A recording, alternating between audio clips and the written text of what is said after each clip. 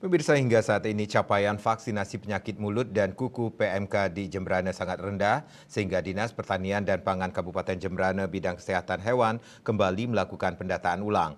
Dari informasi, sampai saat ini vaksin PMK masih tersedia di Kabupaten Jemberana.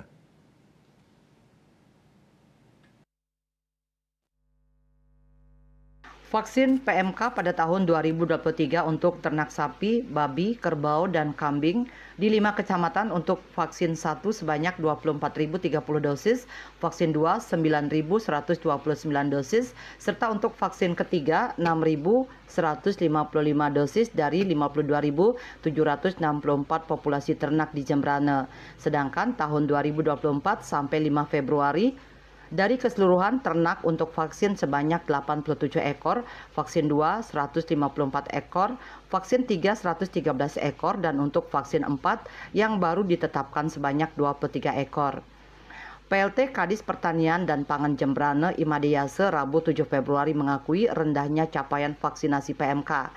Untuk itu, pihaknya masih melakukan pendataan ulang populasi ternak untuk memastikan semua ternak mendapatkan vaksin PMK. Menurut dia, ini ada hubungannya dengan beberapa permasalahan yang dihadapi terkait vaksin PMK. Pihaknya menyasar lebih banyak ke ternak sapi biarpun di sana ada ternak kambing dan babi. Pihaknya juga mengakui minimnya data sehingga dirinya mengusulkan didata ulang peternak dengan sistem individu maupun peternak melalui pola kelompok dengan sistem kandang.